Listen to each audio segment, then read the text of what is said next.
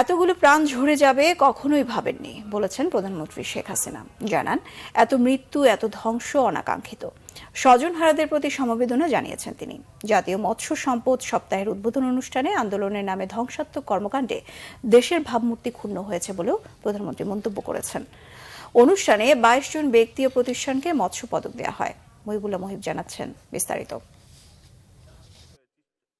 সকালে বঙ্গবন্ধু আন্তর্জাতিক সম্মেলন কেন্দ্রে আনুষ্ঠানিকভাবে জাতীয় মৎস্য সপ্তাহের উদ্বোধন করেন প্রধানমন্ত্রী শেখ হাসিনা।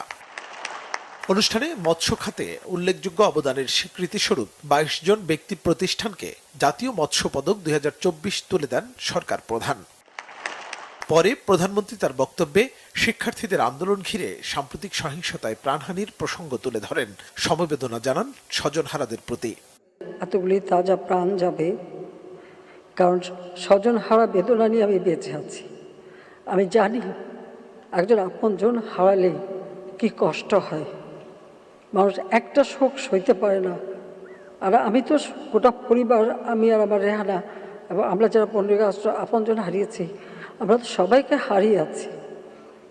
তারপরে তো সে হারাবার বেদনা নিয়ে ফিরে এসেছিলাম বাংলাদেশে। প্রতিটি প্রতিষ্ঠান অগ্নিসংযোগ, আর সেই সাথে সাথে মানুষের জীবন নেওয়া এবং বিভিন্ন শ্রেণী পেশার আইন শৃঙ্খলা রক্ষাকারী সংস্থা থেকে শুরু করে ছোট শিশুটি। কেন এই রক্ত ঝরা? আজকে যাদের আমরা হারিয়েছি, আমি তাদের আত্মার মাগফিরাত কামনা করি। আর যারা আপনজন হারিয়েছে তাদের প্রতি আমার সহমর্মিতা জানাই। কারণ আমি নিজে দেখেছি, এখনো বহু, এমনকি কালকে একটা ছোট শিশুকে পর্যন্ত দেখলাম। এটা অত্যন্ত কষ্টকর। শিক্ষার্থীদের কোটা সংস্কারের দাবি প্রসঙ্গে প্রধানমন্ত্রী বলেন, কোটা যেখানে কোনো ইস্যুই ছিল না, যে কোটা সম্পূর্ণভাবে বাতিল করেছিল সরকার, সেটাকে ইস্যু করা হয়েছে। এই ধরনের একটা ঘটনা ঘটিয়ে একদিকে বাংলাদেশের উন্নয়নকে পিছনে ফেলা, আর একদিকে কতগুলি মায়ের কোল খালি করা। যারা স্বজন হারিয়েছে তাদের প্রতি আমার সহমর্মিতা জানাই। আর এ বিষয়ে ইতিমধ্যেই আমরা জুডিশিয়াল কমিটি গঠন করে দিয়েছি। কারণ দাবির অপেক্ষা আমি রাখিনি, আমি তার আগেই জুডিশিয়াল কমিটি করে দিয়ে, এবং আজকে আবার আমি নির্দেশ দিয়েছি। আমরা একজন জজ সাহেবকে দিয়ে করেছিলাম, সেখানে আমি বলেছি আরও 2 জন জজ সাহেব দিয়ে, আরও 2 জন লোকবল বৃদ্ধি করে দিয়ে এবং তার তদন্তের পরিধি বাড়ানো।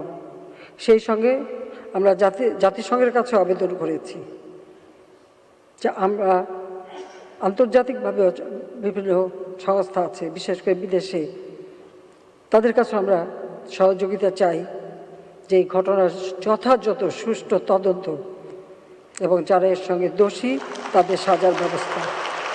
প্রযুক্তি ব্যবহার করে দেশীয় প্রজাতির মাছের উৎপাদন বাড়ানোর কথাও বলেন প্রধানমন্ত্রী শেখ হাসিনা। মহিবুল্লাহ মুহিব, বাংলা ভিশন, ঢাকা।